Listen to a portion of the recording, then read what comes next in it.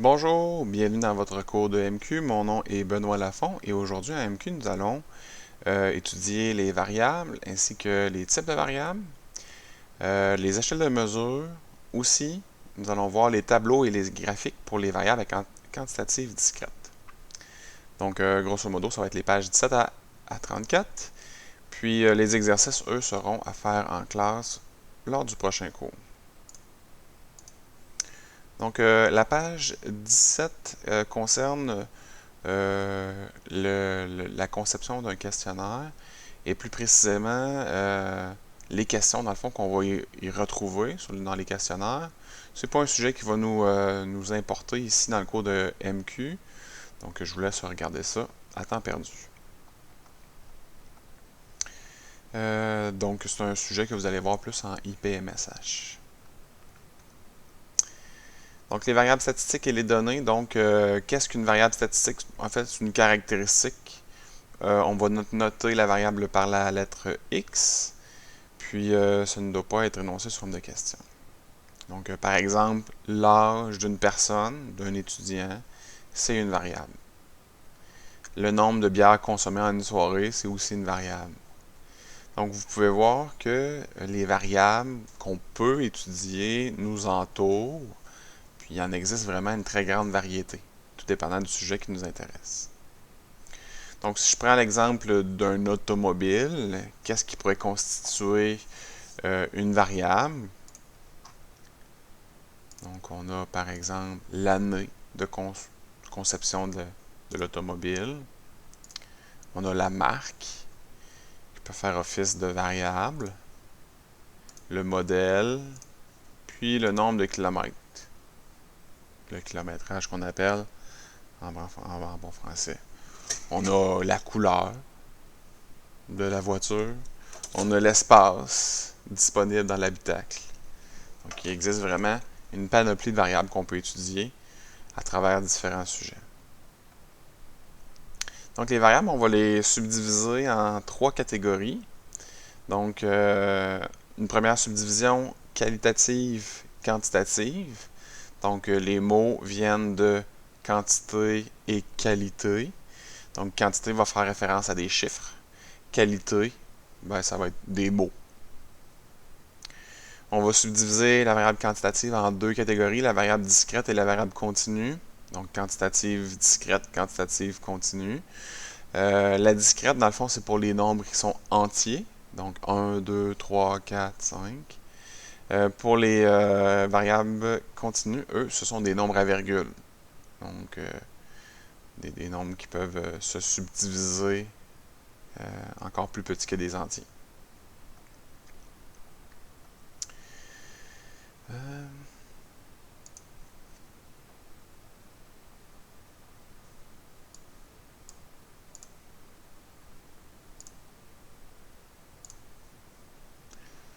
Donc, discret, c'est pour les entiers.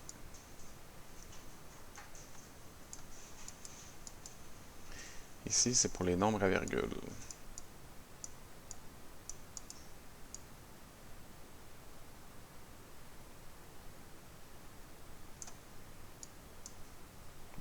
Voilà.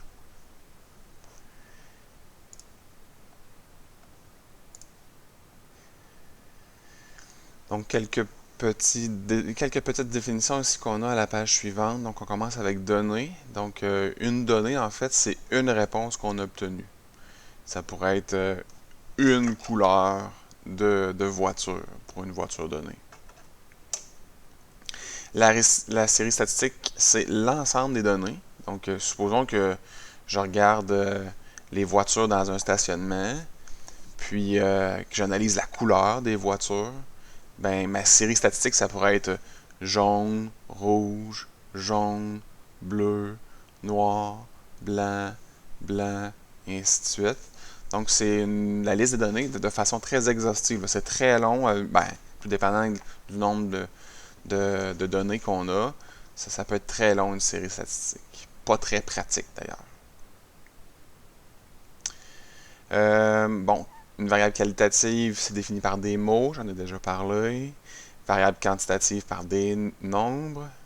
Variable quantitative discrète, c'est pour des valeurs entières. variable continue pour les nombres à virgule.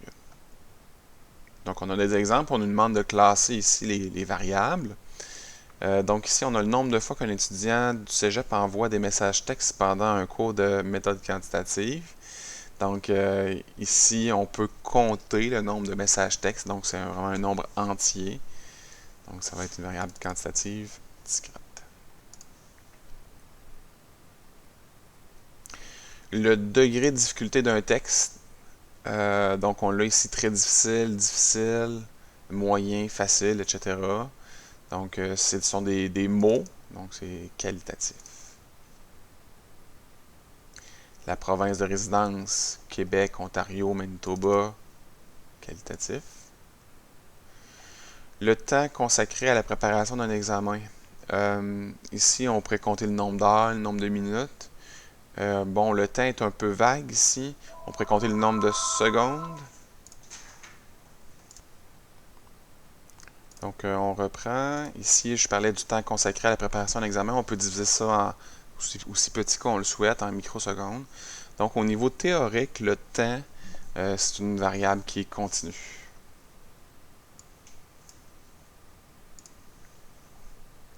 La langue maternelle, c'est qualitatif. Le montant hebdomadaire d'argent dépensé dans les restaurants, un peu délicat celui-là.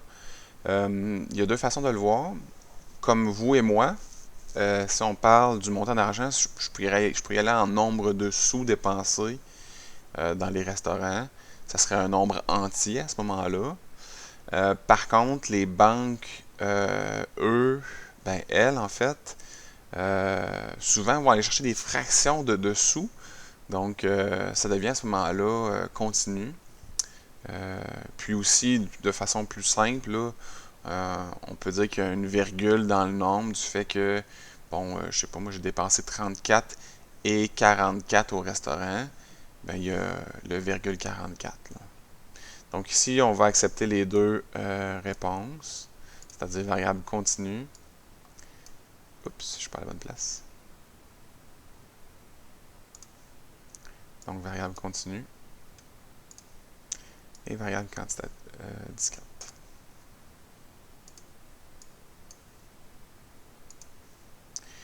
Pour ce qui est du nombre de personnes, donc ça c'est un nombre entier, donc quantitative discrète. L'âge d'un étudiant, ça va un peu dans le même sens que le temps. Donc l'âge, souvent on va dire, on va l'arrondir au nombre entier, mais on pourrait être plus précis avec le nombre de mois, le nombre de journées, le nombre d'heures, etc. Donc on pourrait aller aussi avec des nombres à virgule, un peu comme le font les enfants. Là, j'ai 4 ans et demi, puis oublie pas mon et demi, parce que... Donc voilà, 4,5 à ce moment-là. Donc l'âge, c'est continu. L'échelle de mesure, donc là, on a parlé des types de variables, là, on va parler des échelles de mesure, dans le fond, la façon de mesurer la variable, c'est un autre sujet, quoiqu'il y a un lien très fort avec la variable. Donc, il en existe 4, l'échelle nominale, ordinale, intervalle et de rapport. Donc, je vous dirais que la plus difficile, là, c'est l'échelle d'intervalle. Elle, porter une attention particulière à celle-là. Vous allez voir, est assez particulière. Donc, l'échelle nominale, d'abord, ça nous prend un choix de réponse. Puis, il n'y aura pas d'ordre entre les réponses. Donc, par exemple, de quel sexe es-tu? Masculin, féminin, il n'y en a pas un qui vient avant l'autre. Malgré le fait qu'il peut y avoir des chiffres, donc, as-tu déjà essayé de fumer la cigarette? Oui ou non, 1 et 2. Ça ne veut pas nécessairement dire que du fait qu'il y a des chiffres que ça va être quantitatif. C'est plus un code qu'on va donner là, ici. Donc, je tiens à préciser que les échelles, dans le fond, ont un lien très fort avec la façon qu'on va de répondre. Donc, avec le choix de réponse, s'il y en a un, ou avec la façon de répondre. Si on l'écrit sur une ligne, par exemple, le mot. L'échelle ordinale, il y a un choix de réponse et il y a une relation d'ordre, comme par exemple ici, à quelle fréquence as-tu été victime de cyber-intimidation? Donc c'est ici qu'on voit qu'il y a un ordre. Jamais une fois, quelques fois, souvent, très souvent. Donc on peut utiliser les codes également pour les échelles ordinales. Échelle intervalle, la plus difficile. Donc, d'abord, il n'y a pas de choix de réponse pour ce genre de questions-là. Ensuite, il y a une relation d'ordre, mais le 0 a été fixé de façon arbitraire. De plus, on peut faire une différence, une soustraction entre les données. Donc, qu'est-ce qu'on entend par 0 arbitraire? C'est un 0 qui a été fixé par convention. Le 0 a une signification, puis ça n'indique pas une valeur nulle. Donc, comme par exemple, à 0 degré Celsius, ça ne veut pas dire qu'il n'y a pas de température, ça veut juste dire que ben là, on est comme au point de congélation de l'eau. Ça a été décidé de cette façon-là, ça a été décidé de façon arbitraire, le 0. Quotient intellectuel, la même chose, quoique un quotient intellectuel de 0, je ne suis pas sûr que ça existe. Coordonnées géographiques, donc on a décidé que l'endroit central sur la Terre, c'était tel endroit. Donc ça a été décidé par une personne, c'est très arbitraire. L'heure, lorsqu'on dit qu'il est 0 heure, 0 minute, ça ne veut pas dire qu'il n'y a pas d'heure, c'est juste qu'il est minuit dans le fond, puis c'est là où est-ce qu'on change de journée. Même chose avec l'année de naissance. Ce sont toutes des variables qui ont un zéro arbitraire. Donc ça, c'est une des caractéristiques de l'échelle d'intervalle. Par contre, il faut aussi avoir un trait à la fin de la question. Il ne faut pas qu'il y ait de choix de réponse. Vous allez voir des exemples. Donc, en quelle année avez-vous acheté votre voiture? Puis là, on donne notre réponse ici sur le trait. Donc, la variable, c'est l'année de l'achat de la voiture. C'est une variable quantitative discrète. Donc, lorsqu'on parle d'années, c'est un nombre entier. Et l'échelle de mesure, c'est d'intervalle. Donc, j'ai quelques petites remarques à vous faire concernant ceci. D'abord, c'est que les variables qui utilisent des échelles d'intervalle sont très rares. Il en existe très peu. Vous avez un bon échantillon ici là, de variables qui utilisent les échelles d'intervalle. Remarquez que ce n'est pas automatique. Pas parce qu'on a une année comme choix de réponse, comme question, comme variable. Ça ne veut pas dire nécessairement qu'on va avoir une échelle d'intervalle, par contre. Je reviens plus tard.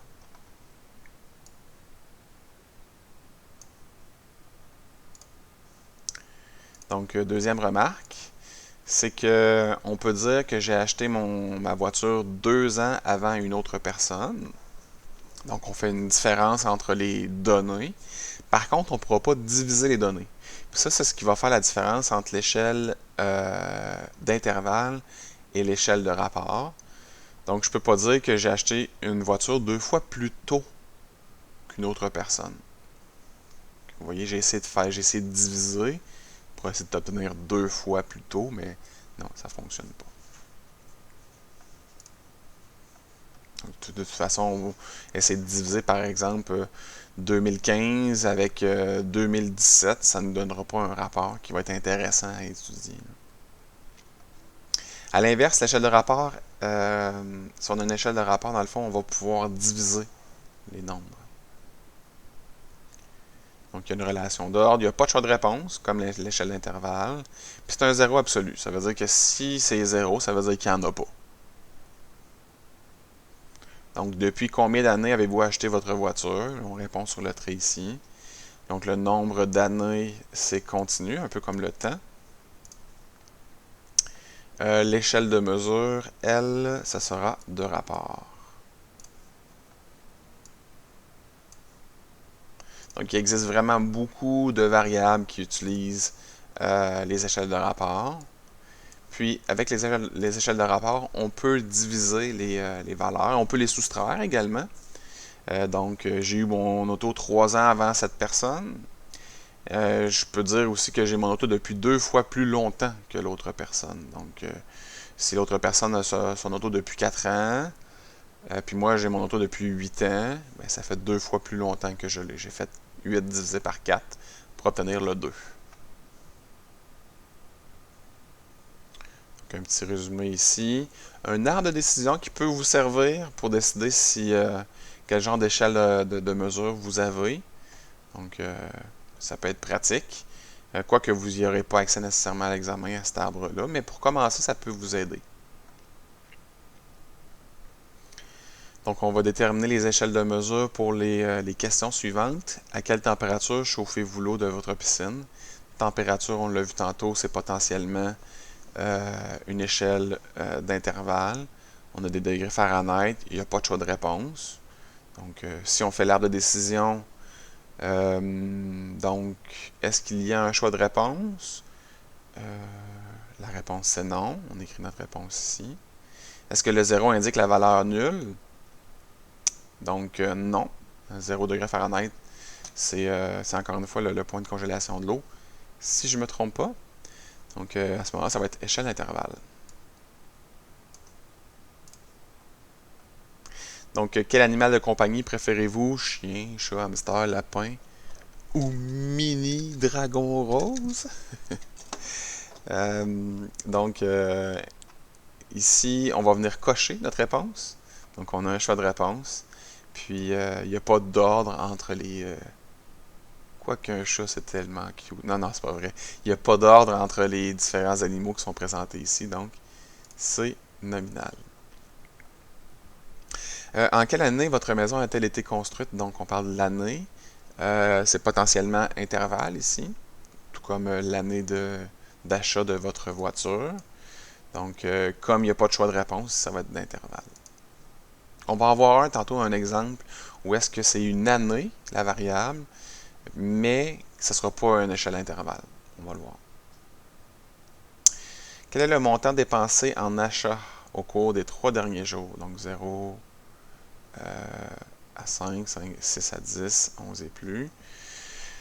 Donc, ici, on voit clairement qu'on a un choix de réponse. Puis, si on a un choix de réponse, c'est automatiquement soit nominal ou ordinal. Est-ce qu'on peut dire qu'il y a un ordre ici à travers les choix de réponse? Oui.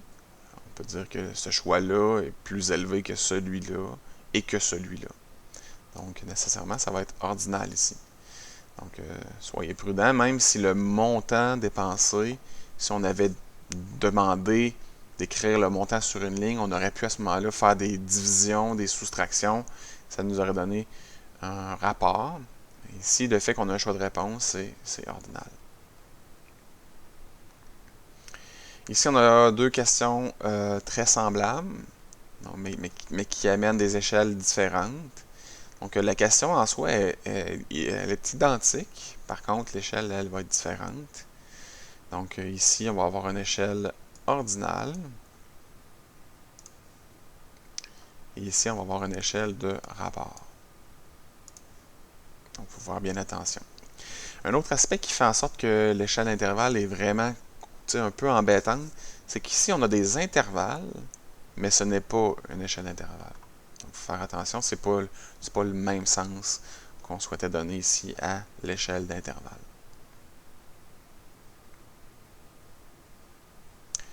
Donc, c'est des questions ici qui proviennent du recensement de 2016.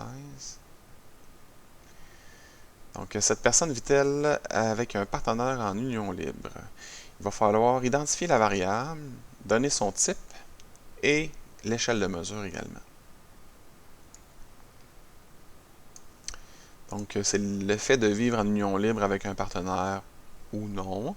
Ça va être le nom de la variable. Le type de variable, donc, on parle d'une variable qualitative ici, c'est pas un nombre. La réponse, les données. Et l'échelle de mesure, elle, ça va être une échelle nominale.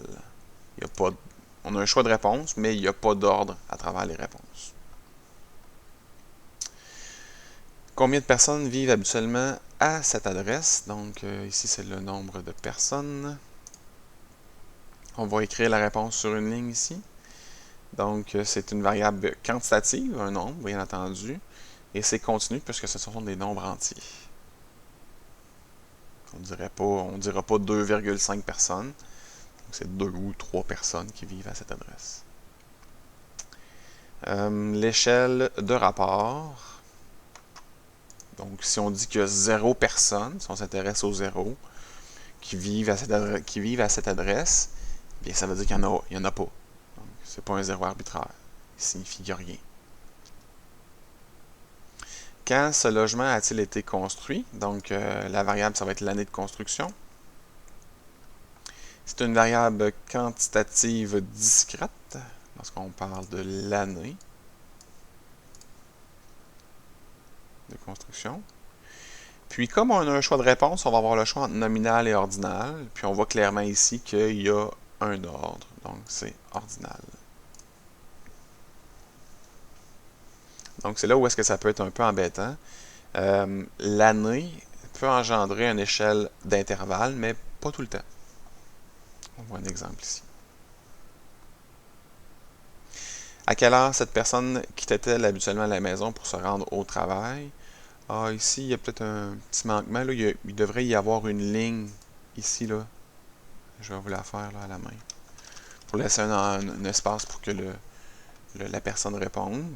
Donc, ici, on parle de l'heure de départ de la maison pour le travail. C'est une variable quantitative. L'heure de départ, c'est continu. On peut y aller de façon aussi précise qu'on le souhaite. On pourrait subdiviser les minutes et les secondes. Je vais mettre en bleu.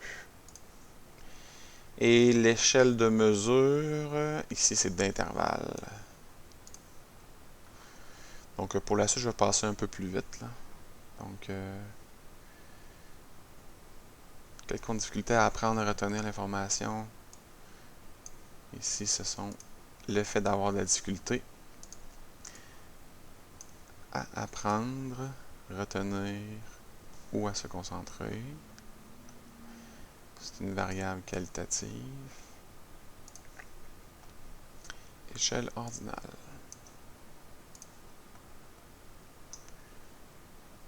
Combien d'heures cette personne a-t-elle travaillé à un emploi? Donc le nombre d'heures. Quantitative continue. Et une échelle de rapport. Ici, on a l'état matrimonial. On a une variable qualitative, avec une échelle. On ne peut pas dire ici ordinal. Il n'y a pas d'ordre entre jamais, légalement marié, séparé. C'est nominal.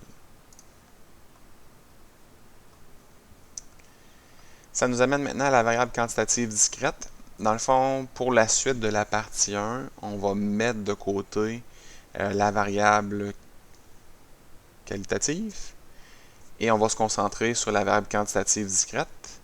Tiens, je vous pose la question. C'est quoi l'autre type de variable que je n'ai pas nommé? La variable quantitative. À vous de voir.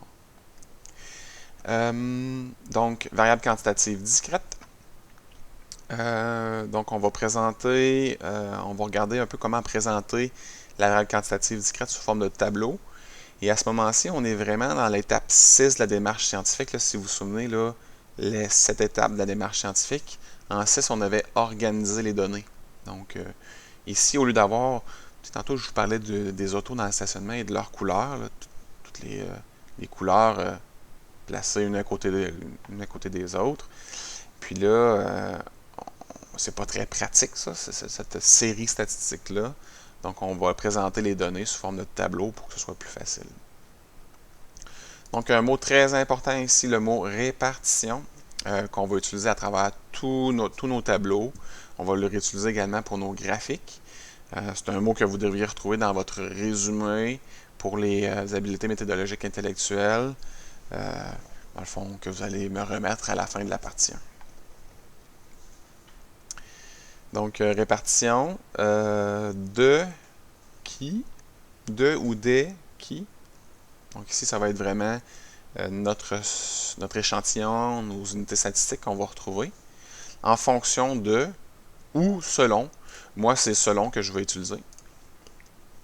La variable, ce que l'on étudie. Idéalement, si on a le lieu et l'année, on va l'indiquer aussi dans le titre pour spécifier au lecteur où est-ce que ça s'est passé puis à quel moment. Donc, notre tableau va avoir 4 colonnes. Dans la première colonne, on va avoir le nom de la variable et les valeurs de la variable.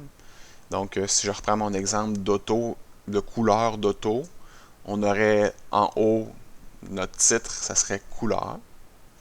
Puis là, en bas, on aurait jaune, blanc, noir, etc. C'est les valeurs possibles de notre variable, les catégories, si on veut. Dans la deuxième colonne, on va avoir le nombre d'unités statistiques. Donc, c'est ce qu'on appelle les fréquences absolues. C'est pas un mot à savoir par cœur, mais quand même, on va le réutiliser vraiment beaucoup à travers le cours, à travers la session. Donc, c'est d'essayer de vous en souvenir. Et c'est ce qu'on va appeler aussi un effectif, ou les effectifs. Donc, grosso modo, si je reprends mon exemple, ça va être le nombre de voitures qui vont avoir la couleur jaune. Donc, si j'ai jaune d'un côté, ben là, à côté, je vais avoir le nombre de voitures qui ont la couleur jaune. Et ainsi de suite. En bas, c'est blanc, ben, je vais avoir le nombre de voitures qui ont la couleur blanche. Dans la troisième colonne, on va avoir les pourcentages, donc qu'on appelle les fréquences relatives. Donc, fréquence absolue, fréquence relative. Et finalement, on va avoir les fréquences relatives cumulées. Je vais vous montrer ça tout à l'heure. Définition ici qu'on a de fréquence absolue relative, justement. Donc, en gros, un tableau, ça va ressembler à ça. Donc, le titre en haut, le nom des colonnes ici dans la première ligne, les valeurs, les fréquences, etc. Pour un échantillon, on va utiliser la répartition de.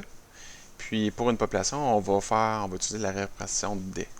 Donc, c'est une petite nuance qui va venir spécifier au lecteur si on les a tous, les unités statistiques qui ont été étudiées, ou on a seulement une partie. Donc, lors d'une recherche par sondage sur la réussite du cours de méthode quantitative, on a interrogé 75 étudiants parmi les 150 qui ont suivi ce cours sur le nombre de consultations auprès de leur enseignant pendant la session. Donc, le nombre de fois que vous êtes allé voir votre prof. N'hésitez pas à venir me voir si vous avez des questions là-dessus ou sur d'autres choses. Donc, voici la série statistique obtenue. Donc, très peu pratique la série statistique. Donc, on voit les réponses obtenues par les 60 données, dans le fond, par les 75 étudiants. Mais on n'est pas capable d'avoir un portrait général rapidement. Donc, on va placer ces données-là sous forme de tableau. Donc, une partie du travail a déjà été fait pour vous. Donc, on commence avec le mot. Non, tiens, je ne l'écrirai pas, ce mot-là. Allez voir plus haut. Donc, répartition. Ouais. Des. Pourquoi des? Parce qu'ici, on a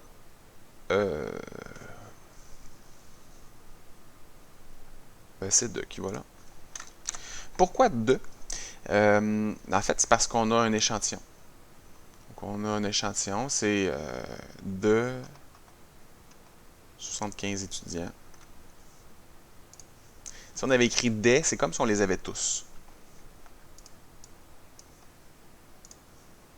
Qui ont suivi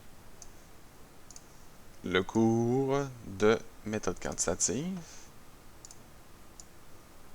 Et là, ici, on a le choix entre le mot selon ou en fonction de. J'utilise selon. Selon la variable. Qu'est-ce qui varie dans ce cas-ci? C'est le nombre de consultations au bureau du prof. Donc, voilà. Le titre, je vais vous le mettre. C'est le mot répartition. Ici, on va mettre le nom de la variable, donc le nombre de consultations, les fréquences absolues, le nombre d'étudiants et la fréquence relative, le pourcentage d'étudiants. Et finalement, le troisième va toujours commencer par pourcentage cumulé d'étudiants dans ce cas-ci. Donc, les nombres de consultations varient de 0 jusqu'à 6, si je ne me trompe pas. Donc, on a déjà fait le décompte pour vous. 26, 16, etc. Donc, 5 sont les comptes. 1, 2, 3, 4. Donc, c'est 4. Et 6, on pourrait faire le décompte aussi, il y en a 2. Pour le pourcentage, je pense que je vais sortir ma calculatrice. Est-ce que je l'ai ici, pas loin? Calculatrice virtuelle. Tiens. Ah ben là, ouais, non. Je vais mettre ça ici. Donc, pour calculer le 34,67% qu'on a ici, on prend le nombre d'étudiants correspondant à 0 consultation, 26, et on divise par le grand total. Donc, 0,3467, on arrondit à deux chiffres, à 4 chiffres en fait, après la virgule ici. Mais vous savez que c'est équivalent, si on le transforme en pourcentage, on peut multiplier par 100%, qui revient à multiplier par 1. Et là, on va pouvoir écrire 34,67% après avoir multiplié par 100. Donc, voilà. Donc, on peut faire la même chose pour les autres. Donc, 21, 14, ainsi de suite. Puis, ça peut arriver à cause des arrondis qu'on n'arrive pas à 100% exactement pour le total. Donc, 100.01. Ça indique au lecteur qu'il y a eu des arrondis, justement. Pour ce qui est du cumulé, ben, en fait, on va prendre les pourcentages de la valeur qui est ici et de toutes celles qui sont avant celle-là. Donc, ici, on n'a pas de valeur avant, donc c'est le 34 directement. Pour le 1, donc on va avoir ce pourcentage-là plus celui-là. Donc, il nous donne 56. Remarquez ici que je mets les deux zéros quand même. Question d'uniformité, même si j'aurais pu écrire 56. Mais pour que ce soit plus facile pour le lecteur, on écrit le virgule 00. Donc, pour le troisième ici, il va falloir additionner ces trois valeurs-là ensemble. Ou additionner celle-là ici, qui comprend ces deux-là, plus celle-là. Et ainsi de suite. Encore une fois, ici, on dépasse le 100%.